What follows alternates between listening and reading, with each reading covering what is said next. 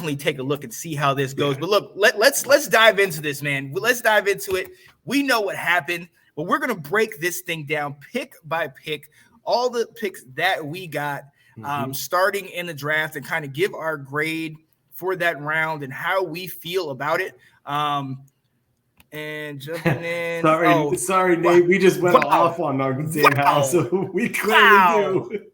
Wow. That's how we feel, Nate. He's not wrong. I hate to tell you this, but he's not wrong. I care, Nate. I care. Let's go. What's going on, Nate? Yo, and check out, Nate did a recap of Washington's draft and Baltimore's draft yesterday. Definitely was a good video, man. He had some of the same kind of feelings we had. And Nate, I didn't put the clip in there. Nate has a clip where he said, I guarantee, he said, I already know what Will's going to be harsh. He said Will's going to have a C+ grade on the draft because I know Will ain't going to like what they did. I was like, well, look, tune in to find out. No, he might be surprised. Here we go. Look. I love the incognito Commanders fans. Look, guys, I'll take it. Yo, shout it out. No, we are doing this. We are as a tribute to Sabrina Eccles, as Sydney Swinton's sister passed away on an untimely passing last week, right before the draft. So we definitely want to show some love and respect to that family and the things that they're going through. And this is our little personal tribute to her and to them, man. You're definitely in our hearts and in our minds and in our prayers. Definitely in our hearts and minds and prayers. And hey, look, they called it. They called it out. They were the ones on the draft calling it. And let's go right into this first thing. The 11th overall pick traded back with New Orleans for the 16th pick and 2 extra picks, 1 in the 3rd, 1 in the 4th. And I'm going to tell you, I talked to you about this off camera. I was actually at a crawfish broil, okay, in New Orleans at this time, and I got the earpiece in my ear. I'm sitting here eating, just going to town on just all you can eat crawfish and just living the New Orleans experience. And then I'm in there, and it kind of clicked, my earbud clicked off. And I was like, oh, snap. Well, let me go out here and see if I can get it. And I hopped in, and they were like, you just traded with New Orleans. You just traded with New Orleans. I was like, wait, what? What happened? What happened? So they were trying to figure that whole thing out. We got this trade. My first thought, I did not see the big board at this time. So I did not know that we still had Kyle Hamilton on the board. Mm-hmm. But I did know that we had gotten compensation for it. So I knew, kind of we had gotten extra picks. And in my mind was, okay, Jack and Ab have been plugging into our heads. Trade back. We got compensation. We traded back, and we didn't trade back too far. We didn't trade back out of the first. We just traded back, 5 picks. So I didn't have an issue with it. Later, I kind of went back and forth on it. But what did you think when you first heard 11th overall pick traded to New Orleans? Well, my first thought was the compensation wasn't said very quickly. So there was a lot of thought, like, what did you get for him? Yeah. And then when we did find out that we got a 3rd and a 4th, I was sort of like, that's it? Yeah. So it was not nearly the compensation that we've seen before. It was nothing like what Chicago had to give up for the Giants and then being a top 10 pick this year. But that's the difference when you're going up to get a quarterback, I think. The price is a lot higher. Yeah. But I also noticed the theme of this year, while there were a lot of trades, the compensation was not nearly as high. I think I saw Minnesota at one point went back 2 spots and got like a 5th rounder. Right. Where's the value there? Right. Give me something higher than that if I'm going to let you come up and get your guy. Right. But I was also just very excited, though, because we talked about how we needed to get more players. We needed to get more picks. So the fact that we did get a 3rd, which we didn't have, I love that. Yes. We got another 4th, which the team said, Martin Mayhew said, 2 through 5 is where we see a lot of players here. We see starters in this draft. So I'm like, okay, they're hitting that target of getting guys later in those middle rounds that are going to be contributors. So I was pretty excited about that. The overall trade back, I did love that. Yeah. And again, it was exciting. I thought it was fitting, though, that I'm sitting here in New Orleans First time I had been there, as an adult and enjoying myself at a crawfish broil, which is probably one of the most New Orleans things you could be doing. And then we trade back with New Orleans. So I'm sitting here like, oh, yeah, I made a couple calls, guys. I got it set up. Don't worry about it. We need extra picks. I got you guys. Don't worry. Now, before we move on to who we got at 16, like I said, I did not know that Hamilton was still on the board. He ended up going to the Ravens. He went to Baltimore. You're welcome, Nathan. What did you think about that when he was there and we traded back? What did you think? Were you okay with the compensation instead of that, or would you have wanted us to get him? Yeah, because I didn't want Kyle Hamilton. I wanted the wide receiver the whole time. That's right. Yeah. So I was totally fine with that. And then I know we're going to get our pick, but I really thought I was dead set that we were getting a corner. I thought we were getting McDuffie. And, I texted you all and I texted Jack saying 2 years in a row, you predicted the pick. Yeah. And that was incorrect. Yeah. I wanted to hit him up too. Like, hey, you predict. Well, no. But so as you saw, we did trade back to the 16th pick. With our pick, the Saints picked Chris Olave from the Ohio State University, which kind of bummed about. But we got, I think, maybe not equal, but not too far below him, a solid playmaker in Jahan Dodson, wide receiver out of Penn State. And Will, after the fact, I'm hearing nothing but good things. I'm hearing this guy has the best hands in the draft, in the combine. Like, okay. Right. What are your thoughts about this guy, man? Yeah, so it's one of those things where in the moment, I literally, you got to play the Anton Watts. Yeah. Because, I literally was like, what? Right. What? What? Exactly. That was my exact reaction. And I think it's because in all of the mocks that we did, he was going late first, early second. Yeah. So where we were in both picks, he was never a part of that. Yeah. So I paid zero attention to this guy. Yeah. So I literally had no idea, other than a name, I didn't know who he was. And then they showed his frame, and he's like, what, 5'10", 180, maybe? Yeah. And I thought, what we just drafted a Smurf. Right. What are we doing here? That's exactly what we drafted. So I'm sitting here like, I don't understand this at all. And some of the players I was looking at, or the people I was with, they saw my reaction and started laughing because I'm like, what did we just do? And who is this guy? Right. Now, like you said, then I learned about who this guy is. Mm-hmm. And I even asked a couple Penn State folks, I said, the next morning I texted one of them, I said, make me feel better about Dodson. And he said, he catches everything. Mm. And he goes, he's got speed for days. Yeah. And it's like, so I started looking at it and he's got tons of speed. He literally has a huge catch radius and he catches everything. And he has that ability he is like a very, very light version of Tyreek Hill. Yeah. And he's versatile. We've been talking about what Curtis Samuel can do, but this guy can do the same. We've been saying, what do we need to do? We need an outside guy. We need a slot guy. Mm-hmm. He can do it all. Yeah. He can allow us to move players around. You don't know which route is he going to go from the slot if him and Samuel are on the same side, or him and Terry are on the same side. Who's going to go inside, who's going to go outside? You don't know. The other thing is they say he is the most, besides, I think they say Olave, I believe, he is the most NFL ready week one receiver.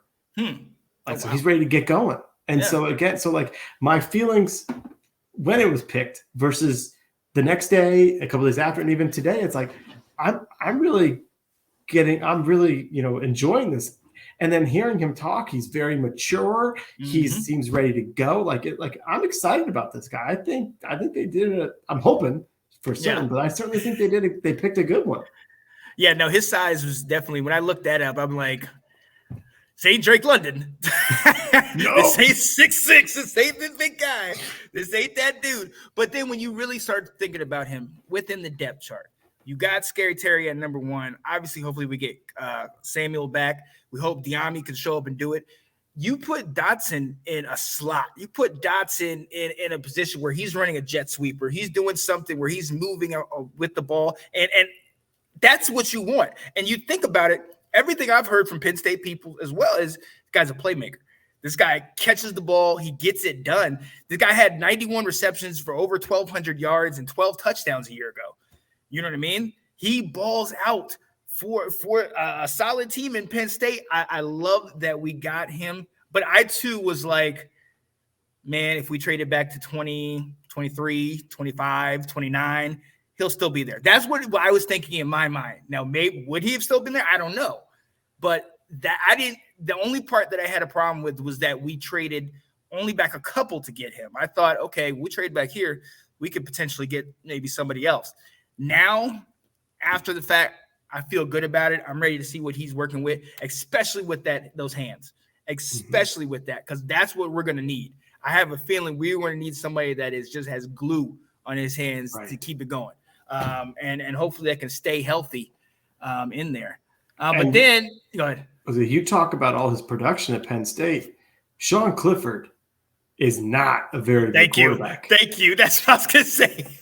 And so he too may be sitting there going, I got a quarterback who can hit me. Yes, because Clifford, I like I said, Cat's Big Ten. You're Maryland, she's Michigan State. So we watch a lot of Big Ten ball.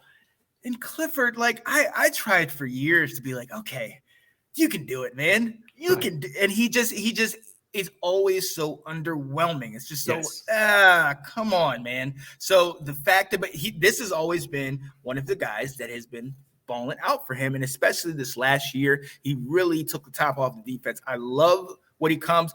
Now, I will say this: you mentioned something to me on that day that I was excited. Then when I heard what you mentioned, I was like, oh my God. There was another Dodson that we got early in the draft. Flashbacks. I definitely started having flashbacks. So I was like, wait a minute. Josh Dodson, we also picked him up and thought, at a TCU, this guy's going to be this and that. And nothing. Massive flop. Massive flop. Do we have to worry about that, Will? I'm hoping no. I'm really hoping no. We have a terrible track record of drafting wide receivers in the first. But I'm just hoping no. No. Let's hope that you are right in this. And another pick, then let's move right into the second. So out of the first round, we trade back, get a couple more picks, and get that. What do you think? What grade are you giving that round? Oh, yeah, let me look at that. Sorry. Yeah. That pick is an A. The A? Mm-hmm. Yeah. With it all together. Now, are you coupling that with the extra picks that come with it, or? Yeah, sure. Okay, yes. Okay. Yep. Yeah. The pick plus value. Mm-hmm. Yeah. Well, then, I definitely agree with that. I would probably say a B plus without the extra. Okay. Just because I feel like, I don't know. I guess my opinion would be because we reached, but at the same time, I don't know. We don't know how the other teams valued this guy. Mm-hmm. So it could be a definite steal. And the fact that we got the 2 extra picks with it, I think was ideal. It's exactly what we needed. It's definitely what we needed. So now moving on to the second round, we are going to, at the 47th pick, obviously, we've been somewhat called the Washington Commanders. Well, we're also called the Washington Crimson Tide because we like Alabama guys. And as if we didn't have enough Alabama defensive tackles, with the 47th pick, we picked Badarian Mathis, defensive tackle out of Alabama. One thing we knew, Georgia players were coming off the board. Alabama guys were coming off the board. Georgia, we saw it was their entire defense essentially came off the board.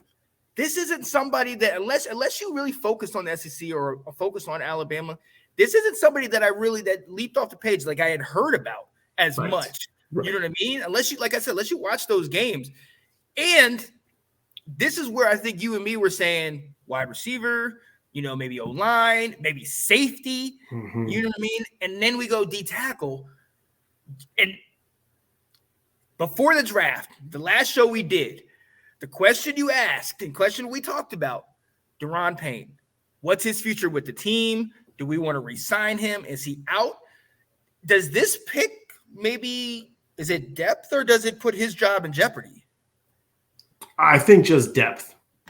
Yeah, because if you got rid of him now you need to still replace the position. And last year we had 3 guys that played a lot, and then we would bring in Tim Settle, and now we had 2, so we needed somebody. And so I think this was depth.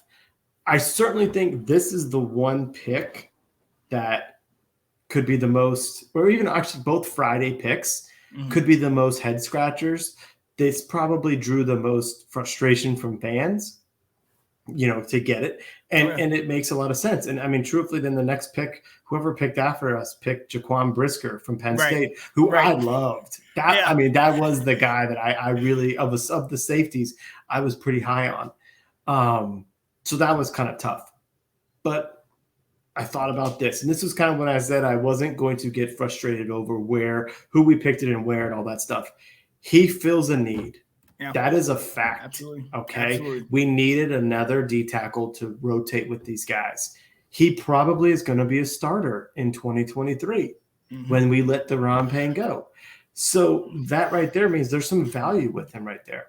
Also, he is a different player, because I think what people got frustrated with is, well, if you were going to draft a D tackle so high and ignore guard or safety, why didn't you just re-sign Tim Settle? Because Tim Settle only signed for 2 years, $9 million. That's not a big contract. No. Or then why did you cut Matt Ioannidis to then have to draft his replacement so high? I think we got a different player here. The knock on Mathis is he's a 2-down player.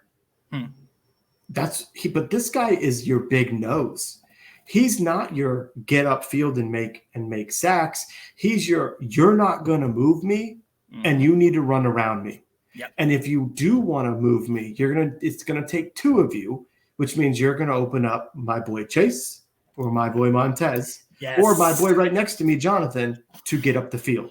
Yep. So in that sense, from a philosophical sense, I understand the idea and I'm intrigued by it.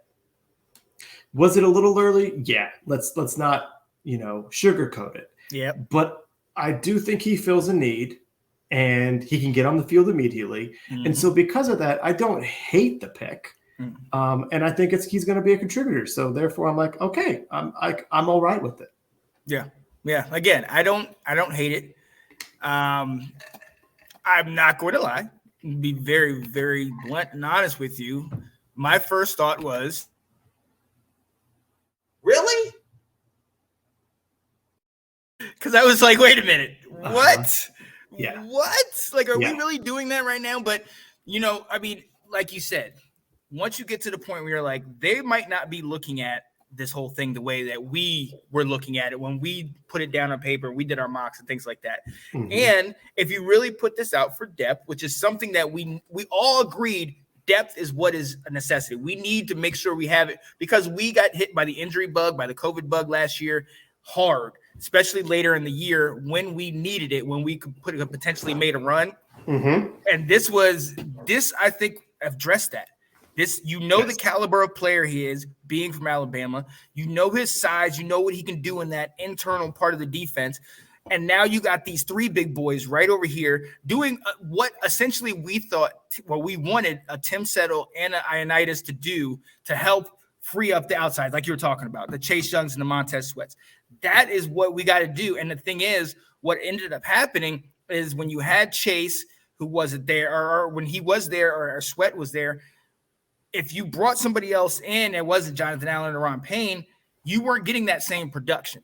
Now, hopefully what we're getting is somebody that's not falling off too far from those 2 top-tier guys. He's moving in there, and we're going to keep that thing going. I love that for the depth move. Yeah. Was it early? Absolutely. Could we have potentially gotten him later? Absolutely. But in hindsight, I'm good. In hindsight, I'm good. I'm glad we got him, but I definitely think this is something. If there was ever somewhere they're going to talk about a reach, I think this might have been the reach. If this guy played at Georgia, then I'm like, oh, we got a steal. He dropped to 47th pick. But at Alabama, I mean, there's Will Anderson, There's a couple other guys, and this guy is kind of one of those guys that's in the middle that plays, but you don't really hear much about. I'm glad he's on our team, and hopefully we can get him to really, work well with the system. And the fact that he knows the Alabama culture, and you got those two guys in there already. Mm-hmm. And wait, Bostic, right? Bostic, Alabama? Is he? What did Bostic go to Alabama? Maybe he didn't. I don't know. I don't know if he did. I gotta look that one up. But the fact that we have those guys in there, that I think is absolutely ideal, and I love that. So hey, I personally liked it now that I've had some days to sit back and think about it and think about what in fact we needed. And I'm with that. With that. So what'd you grade him? I'm gonna be very honest with you, a C+. Me too. I think we reached. Yeah. I absolutely think we reached. And there's still nothing. Even if I say I like the guy, there's still nothing that I've been like even with the stats. I'm like, okay, you're a filler. You're a great guy for in there. You can get two guys on you, maybe free somebody else up. Perfect. We need that. But you also are at Alabama where you had studs all around you. And we do have some studs in certain areas, but the NFL, you got studs everywhere. You know what I mean? So let's see how it translates to the league. But yeah, C+. I got C+. Yeah. So, and moving to the next pick, staying in the same conference, in the same team, we picked up another thing that kind of maybe had us scratching our heads. It's a third round, 98th pick. Somebody we hosted, Mr. Brian Robinson Jr., running back out of Alabama. Listen, as a running back, as a former running back, my man's a bruiser. My man is a downhill runner. He is not afraid of contact, and I absolutely love that. Had 14 touchdowns a year ago, over 1,300 yards. But the biggest thing that just takes the top off for me, 5 yards a carry. He averaged 5 yards a carry. That means first contact, he's breaking the tackle and continually moving on. Second contact, it's taken multiple guys to bring him down. I like that. And to be the starting running back at Alabama, we've seen the past. All right. The past is really good. Not everybody, but we've seen Alabama running backs are a legit force. I'm with this pick. I like this pick. But was it too early? Maybe a little bit. Yeah. It certainly seemed that way. There were some other running backs on the board. We had 2 fourth-round picks, so that certainly could have been. But just like the second round pick with this one, we're filling a need. Yeah. But I think we're filling a need that Commander fans are not as aware of is there. Yeah. So back during the season in August, maybe it's September, I told you in Ab, they liked Peyton Barber a lot. They trusted him a lot. And when they exposed him on waivers and lost him to the Raiders, they were shocked. But then we also said, okay, well, Antonio Gibson's going to take that third down role more. He's going to be their short yardage back, so maybe they're okay with it. I think this pick shows you that they were not as okay with it as we thought they were. Yeah. And that they wanted to get that guy between the tackles that they felt they didn't have this year.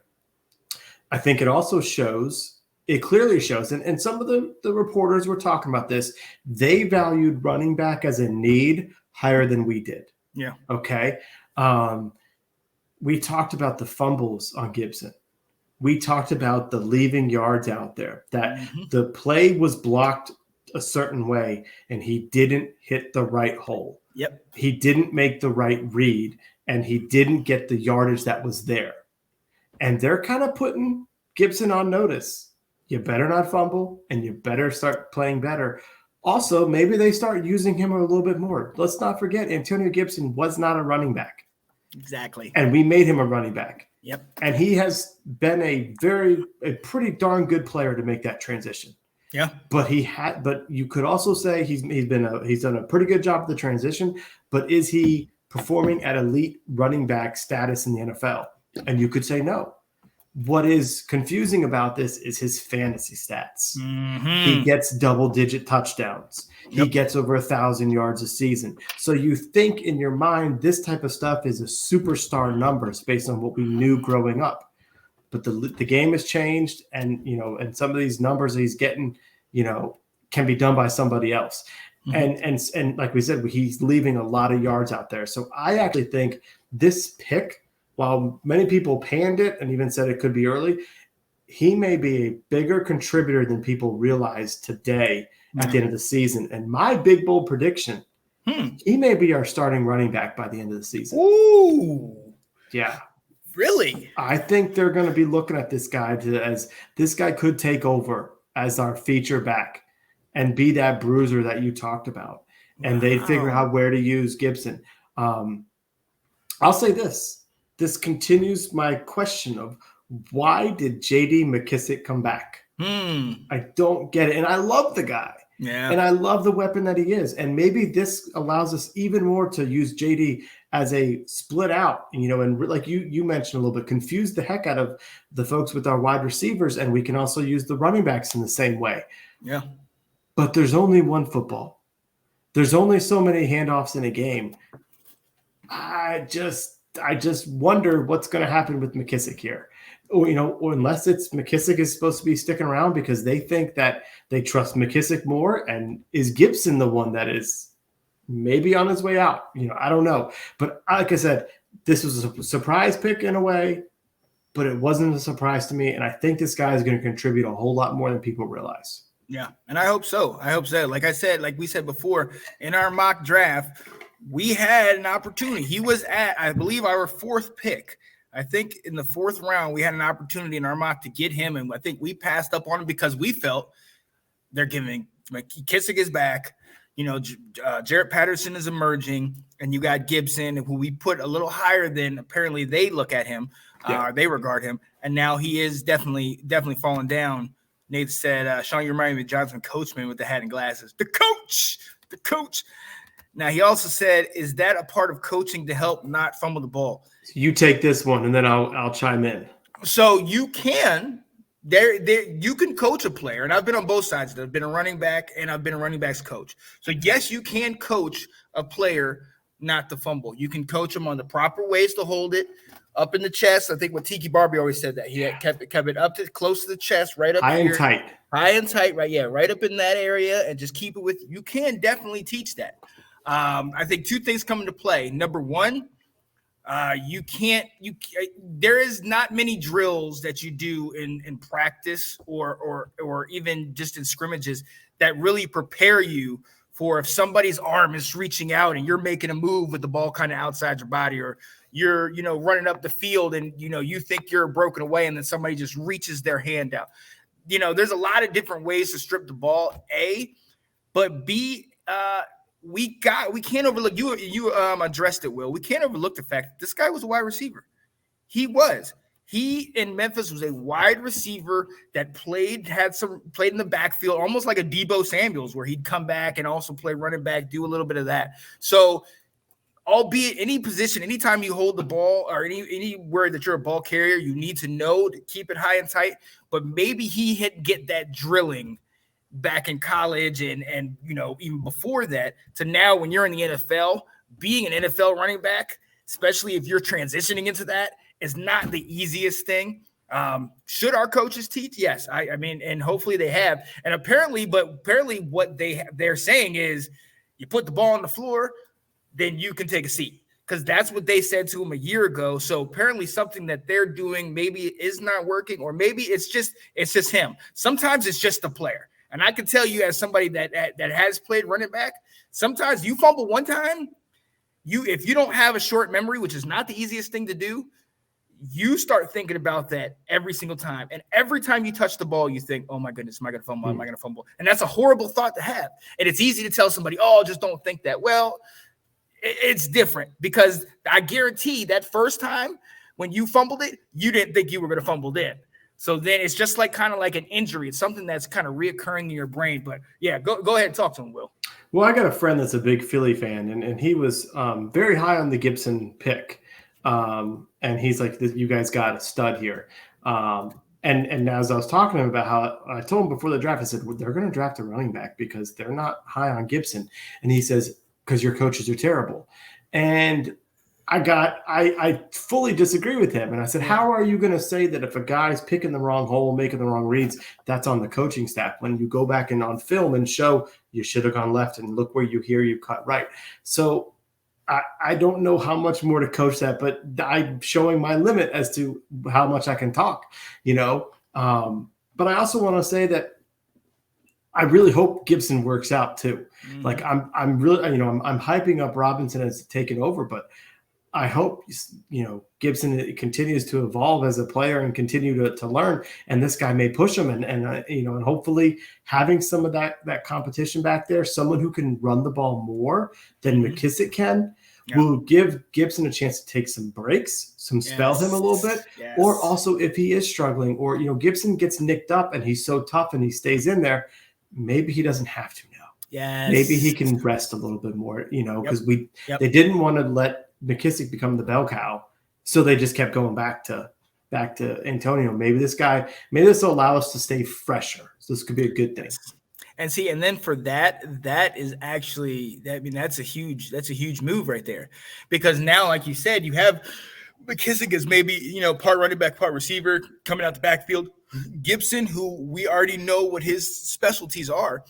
If you can now bring in fresh legs, bring in a Brian Robinson to dominate, then bring in a Gibson. If Gibson is nicked up, if McKissick, even if you want to bring in Patterson for play, like you have the options to now bring these guys in. And at least from what we know of Brian Robinson and what we know of the other guys, having that kind of a running back room where you don't have one guy that's absolutely amazing, but you might have two or three that are like really good. This is a solid pick. Early, but solid. Mm-hmm. Definitely solid. I love it. Again, the Alabama pedigree, so kind of where he's coming from and what he's bringing to the table. I'm ready for this. I like it. Mm-hmm. I like it. What did you? What grade did you give this? So I went with a B. Okay. And I went with I didn't care about the reach part of it. I went with is he going to fill someone that they're looking to, a need that they feel we have. And so that's why I think they filled it. Yeah. I went with an A. And the reason why I said A is because we've given Gibson a number of years. Okay. He did not pan out, in my opinion, to what I thought he was going to be. And so the fact that I feel like McKissick came back, I almost wonder if some of our guys were like, look, you might get a lot more attention this year. You saw what you did where you saved us against Atlanta. You saw what you did when we had you on the field. We're going to need you in there. But again, like you said, we don't want him to be the bell cow. Now we have a guy that can take that the brunt of all those constant runs, boom, boom, 2, 4, 5 up the middle, quick to the right, quick to the left. We can get that and then bring Gibson in as more of a, quick toss, quick pitch out here and let him hit the corner, make him, put him in positions where he excels, as opposed to trying to make him something that we both didn't think he really was, which is a 3-down and every down back. Yeah. You know what I mean? So yeah, I went with A because I think this could definitely be huge. And I definitely think this definitely, goes to the running back room and says, all right, now you see nothing's safe. Mm-hmm. You give us the best you got, or you could be out of here. Yep. So I agree with you. That's where we are now. So, the first 3 or 4 moves, the trade, the 2 picks, in the first, second, and the third, I'm okay. I'm with it. All right. I'm not disappointed. I'm not upset. Right. I am not going to lie. And I'm bringing my guy Nate back in here for this one because I was feeling some type of way about this next pick. Really? In the 4th round, Washington with the 113th overall picks Percy Butler, the safety out of the University of Louisiana, the Raging Cajuns. Will, help me. I need help, man. I can't. Yeah. I didn't know who he was. I can't lie there. But I will say we didn't know who John Bates was last year. Very true. And he worked out. And when they talked about what he did at the combine, what he tested, this guy is blazing fast. Ooh, what did Chris Sims say? Rockets under his butt when he was running. Yep, you know? He did. Yep. So here's the very first thing that might make you excited. This guy might make Troy Apke expendable. What? Because his guy is a special teams demon. All right. Okay. And there's talk about. So first off, look where he came from. His coach just became the coach at the University of Florida, I believe, Billy Napier. So this guy was building a program. Yes, I don't know who plays for the Raging Cajuns during the season. I'll be honest, but they were building something. Oh yeah. To where the fact this guy garnered attention the year before, when South Carolina was looking to, it was either Napier or Beamer. That was the last two picks. So he was building something. So he was getting some talent. But this guy is fast. He's got he's got great measurables, a lot of athleticism. I think the only thing we can think of, there's a potential for upside here. Yeah, I didn't know who he was. Chris Sims, who is starting to become a pretty good analyst. And I didn't like Chris Sims at first. Not at all. But, and especially in this role, I really just thought he, walked into this because of his last name. But he really has been making the last couple of years some good points. He loves this guy. Yeah. He said he's the steal of the safety class. Wow. And he says he can develop into really something that can play a little bit of cover, like, play nickel if you need to, could develop into a free safety, can play, more positions than what we realize than just being a runner the way Troy Apke was.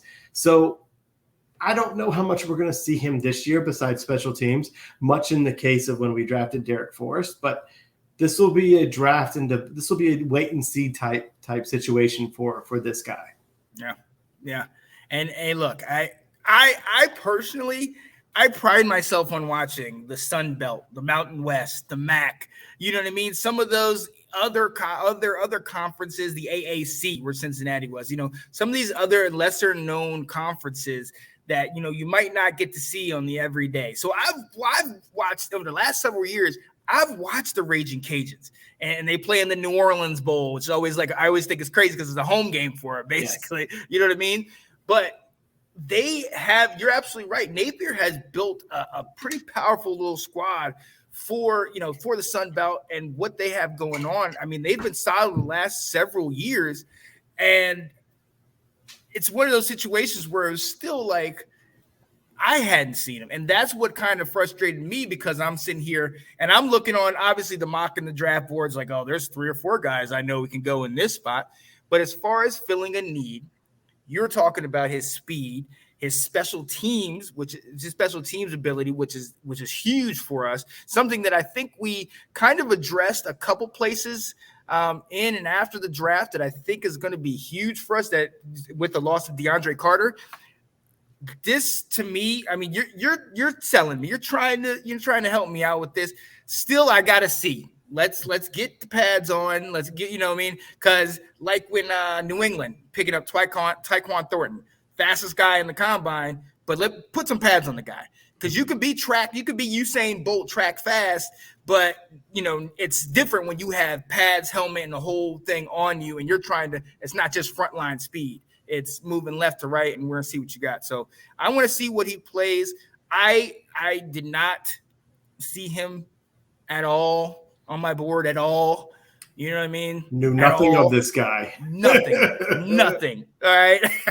But like you said, that guy was saying, this guy's got speed like he's got 2 rockets up his butt. So if that's what we get, and we get that speed, and anybody that can make my guy Troy Apke expendable, I'm going to pay attention. I'm going to pay attention to that guy. It's got to be a value pick right there. Oh, yeah. Oh, without a doubt.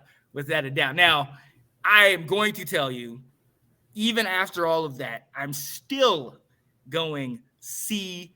And the reason why I'm doing that is because until I want you to prove me different. I want him to get on the field and show me that he can ball out.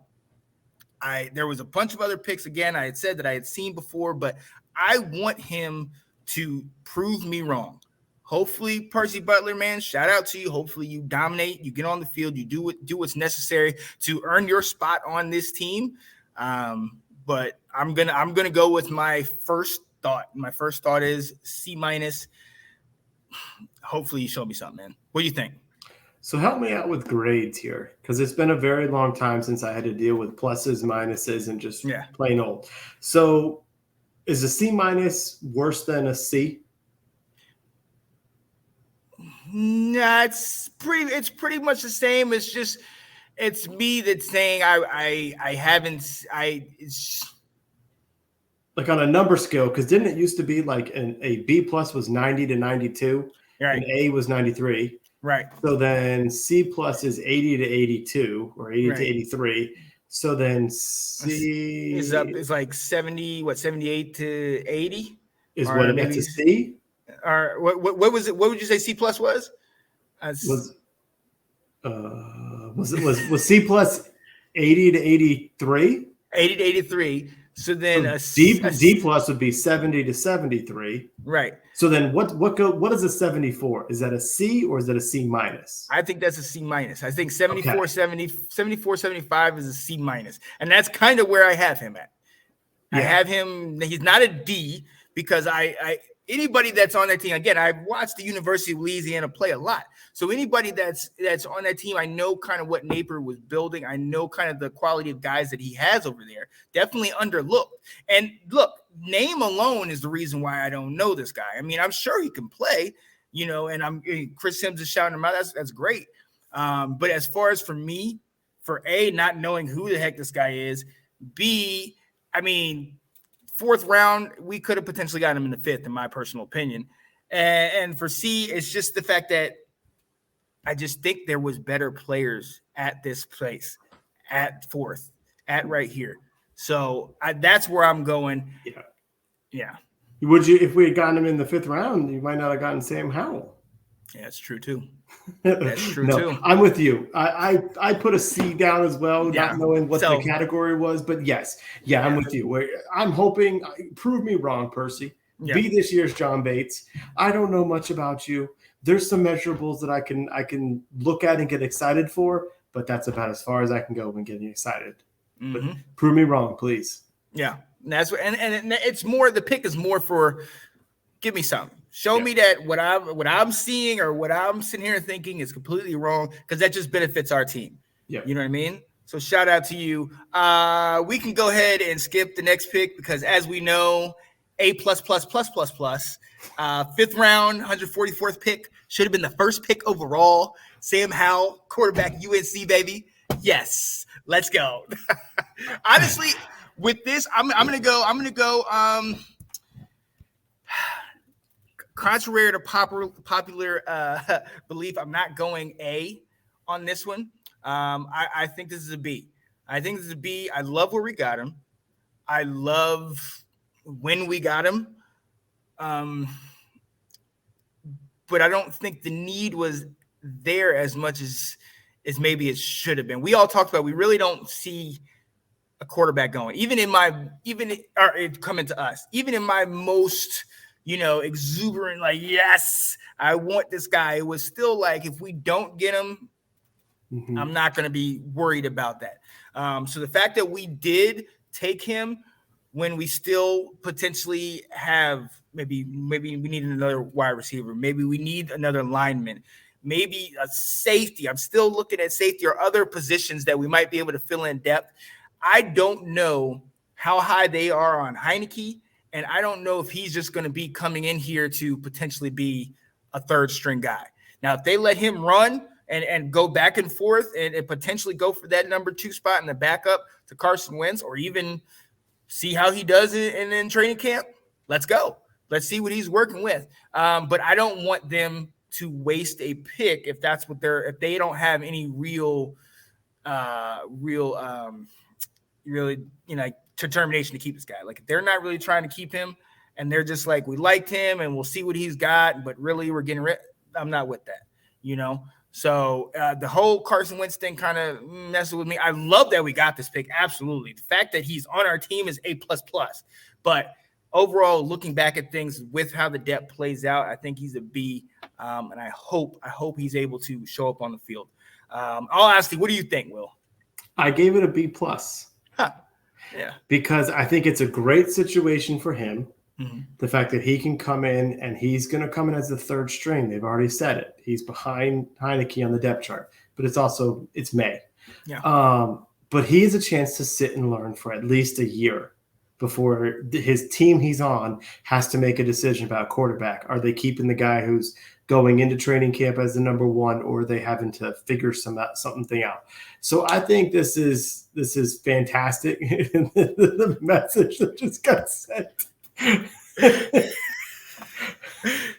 Yes, sir. Yes, sir. What up, Kyle? That got me all tripped up. All right. let me look at my notes so I can go again. Right. No, I think this is perfect for him. Yeah. Because I do think it'll be good for him to learn through a system, to sit and see what he can do. I also will say this. If his ceiling is a backup quarterback, that's still great value in the 5th round. Exactly. If you're drafting yourself a Colt McCoy who can come in here and win you a few games when you need it, that is a great use of a 5th round pick for a quarterback. Like that's not, I don't think his career is a bust if he doesn't become an NFL starter. Right. I'm okay with him. And I say this because I love Colt McCoy, but I'm okay with him being our Colt McCoy for, as our quality backup to have, if that's his ceiling. Oh, yeah. I think we're seeing what's going to happen is, Heineke will leave after this year. Howell can either elevate to number 2 or potentially if they see something at number 1. I think it's also a great thing if he stays at number 2 and we keep Carson around. Like that only means we did well there. Exactly. So I think there's very low consequences of this pick. So with that, there's no pressure on him. I think it was a great selection. It was a great value where it was. We knew they were going to get somebody, and I think they did a really nice job with this. Yeah. Yeah. I absolutely love it. But yeah, absolutely. And that's what I want. I want him to compete for the job. Let's see if he can get this job and at least if not, if only for backup. I love that. But we'll see if he can potentially even, go for that first one. Sam Howell brought out a different side of you. Dare I say heel? Rise up against Desmond Ritter and our triple towers, Pitts, Tate, and London. Yeah. We know you love that London pick. But yeah, hey, Kyle, you're absolutely right. And I will say this because we did get the somebody from the best part of Carolina. What school is that? Stop it. Let's go! Tar Heels! You already know what it is. Tar Heel Nation, stand up, baby. Mm-hmm. Yeah, buddy. Yo, but moving on to another pick that I am slowly falling so much more in love with. And a pick that you absolutely love. 5th round, 149th overall pick, Cole Turner, tight end out of Nevada. Will, talk to me about your guy, man. 6'7", pass catcher, wide receiver, and a tight end body. This is exactly what we could use, especially since we didn't get a chance to get Drake London early. Yeah. Okay. So we got another smaller receiver. And this is kind of I talked to you about like the philosophy of the mocks I was doing when I was going Jameson Williams and grabbing my dude Chiggy from Maryland was that type of tight end receiver. And that's exactly what we got. We got a smaller receiver. So now we got a bigger tight end who already can be matchup problems for linebackers or safeties covering him. We've got a quarterback who absolutely gelled throwing to his tight ends. He loves throwing to tight ends. I love this pick. Yep. He came from, he already had a good quarterback throwing to him. I just think this is the guy I'm most excited to see come training camp. Yeah. Yeah. And I think he will definitely take the top. Give us the ability to take the top off the defense, running up the seams. I love this. And what he has as far as the ability to stretch the offense, we know that Bates is not separating from people. You know what I mean? But we have a sure-handed Bates. Bates can block. The only issue I have is they said this guy is not known for his blocking. And we do try to run the ball a lot. But with Carson Wentz, hopefully we will try to pass it more. And This guy is similar to, like you said, when Wentz had Goddard, when Wentz had his boy that we tried to get. You know who I'm talking about, the other tight end. Ertz, yeah. When you had those two guys running up the seam, he torched us all the time. We'd go slide to one side, and he'd go to the other. We'd shut down Ertz all game, and then all of a sudden we'd make a name out of Goddard because he's dominating the daggone show. Yep. So this I think is a huge play, and more so because of the fact, and this is the reason why I give this a B+ because we absolutely needed somebody right now at this position that could potentially start day one. And with Logan Thomas, like we talked about, potentially not being able to start and not even not being able to start, but we don't want him rushing back. We know our history with rushing our star players back, and we're not interested in that. We don't want him to have a reoccurring injury. So now you have Robinson, who could potentially let Gibson fully heal as opposed to just being 80 to 90%. And now you have this where you got Logan Thomas, who we know is paid, who we know is on contract. Get right. You've got your first slot, but let this guy come in and he's got that same size. He's got great hands. This is what we needed. And he played with Carson Strong. You know, for those of you who don't know, Carson Strong, who's actually, we'll talk about later, didn't actually get picked up in the draft until after the fact. Carson Strong was a solid quarterback, one of the best in the country, in my opinion. Mm-hmm. So this was one of his number one guys. I love this. I absolutely love this. Yep. I gave it a B+ too. That's exactly what I got. I think there's high upside with this guy. It does a lot to be excited about. Oh yeah. So I'm interested. Definitely high. Definitely a lot more excited than I was when we heard John Bates last year, where I was just like, okay. Yep.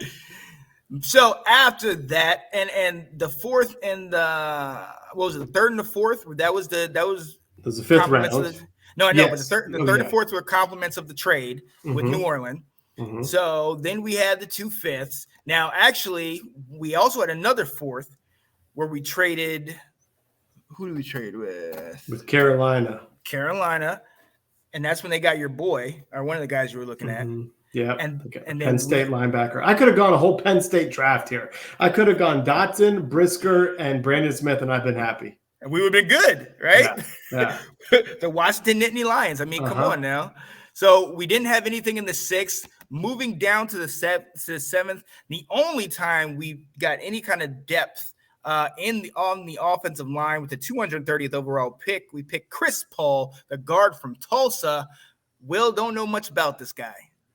Me neither, but I'm of the philosophy you should draft an offensive lineman every single year. Period. So that you've got guys to develop, you've got depth, everything. You got guys that are going through your system, your way of teaching. I saw he's a big body. Mm-hmm. I don't know if he played outside because I heard someone say he's going to slide inside, so maybe guard. He did. To be a guard, but he played alongside the Cowboys' first round pick. Yeah. So they had some quality offensive linemen on that team from Tulsa. I can't tell you if I don't watch Tulsa football. Nope. Didn't know Tulsa had a football team, to be honest with you. I know they had a basketball team. Yeah. Did not know they had a football team.